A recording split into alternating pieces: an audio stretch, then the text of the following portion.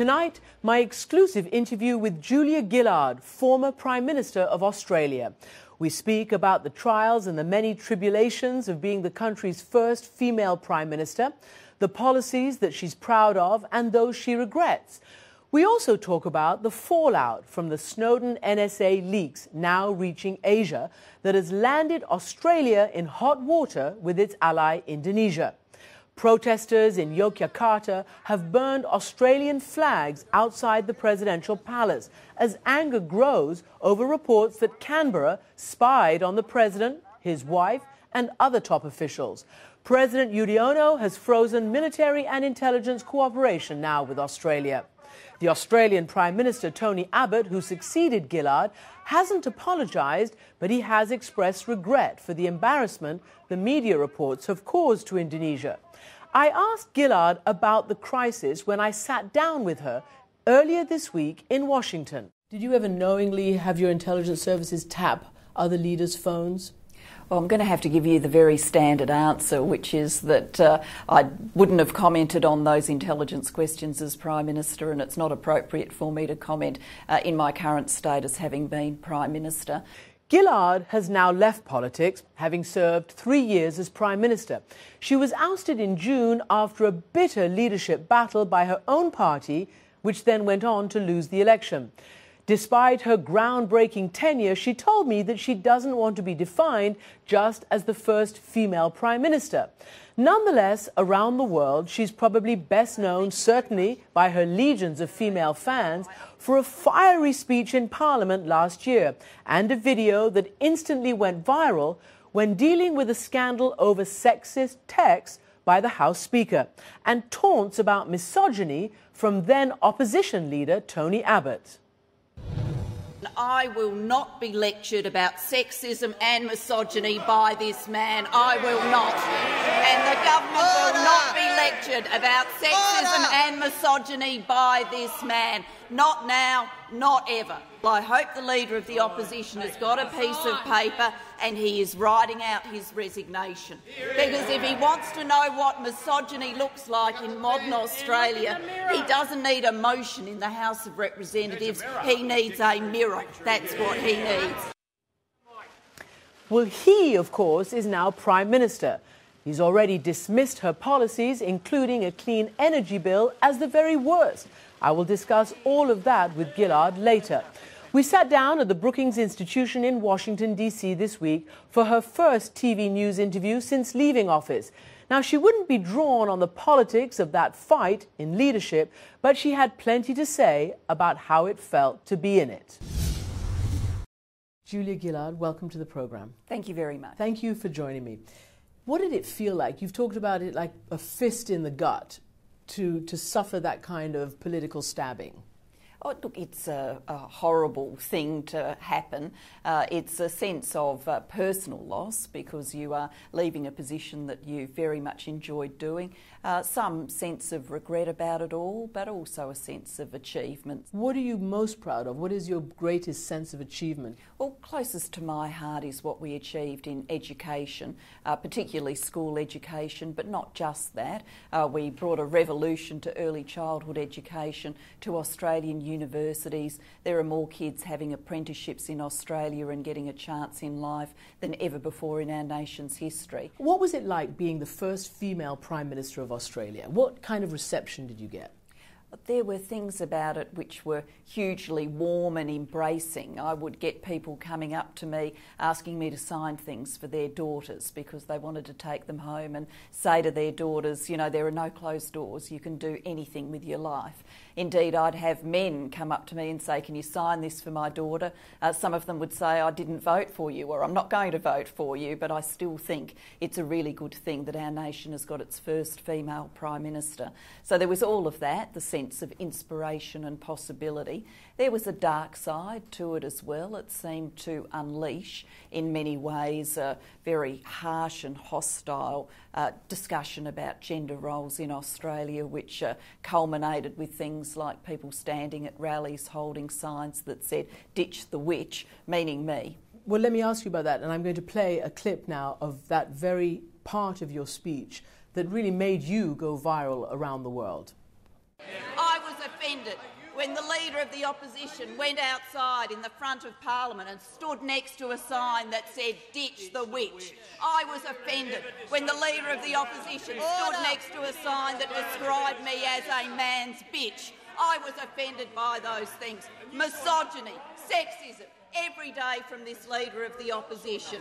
Every day, in every way, across the time the Leader of the Opposition has sat in that chair and I've sat in this chair, that is all we have heard from him. There he was, Tony Abbott, sitting as you launched into him. At what point did you feel that this was not just a speech or a diatribe against a person, but something bigger? I felt within the parliamentary chamber, the theatre which is in Parliament, that it was a powerful speech, because you actually see the opposition sort of drop their heads, and so they went from yelling at me and very engaged in the debate to suddenly completely entranced by their mobile phones. But I didn't have any sense of how it was going to resonate beyond the parliamentary chamber or indeed around the world. And to this day I still get a little bit startled when a woman will come up to me wherever I am in the world and say, "I saw that speech and it really meant something for me," or "I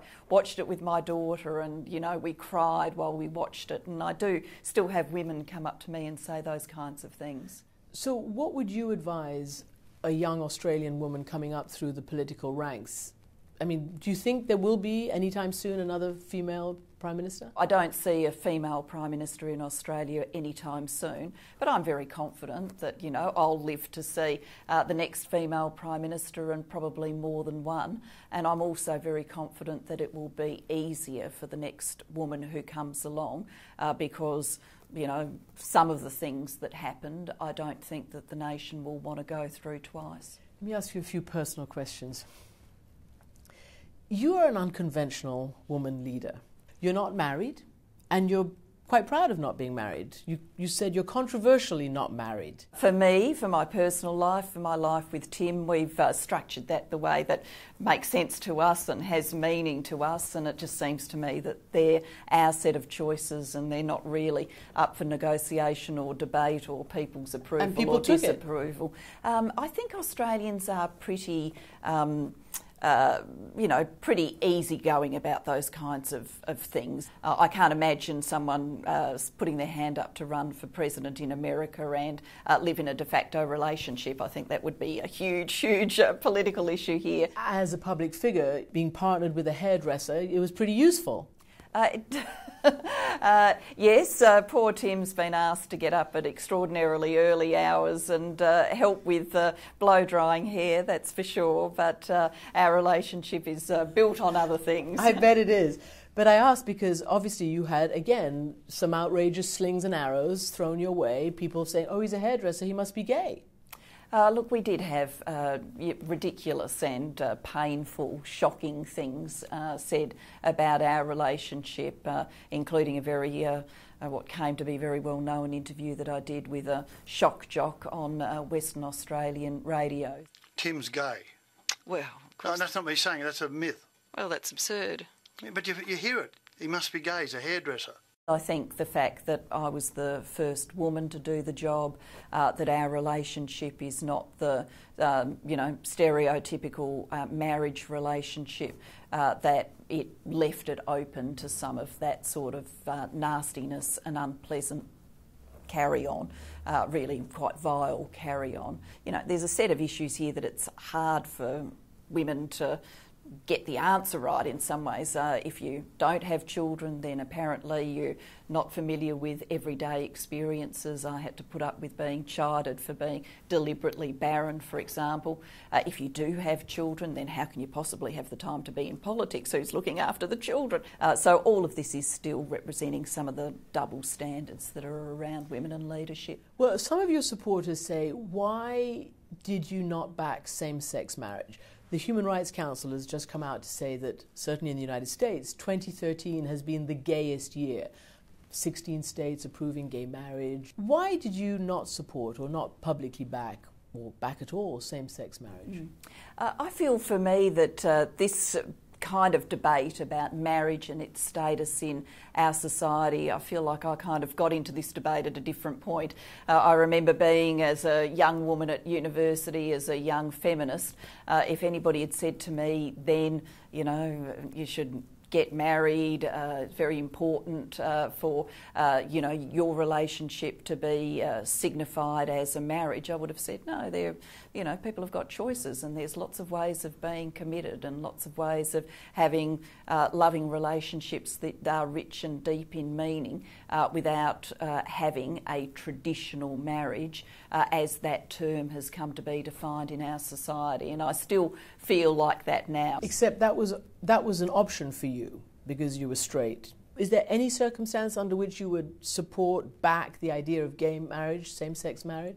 I've made up my mind about my own personal position, and I do think that it's... But it's a political position too. Well, I mean, for me, when I was in politics, yes, it was, but I made sure that it was my position, it was not my political party's position. So, look, this is a debate with a big force for change now.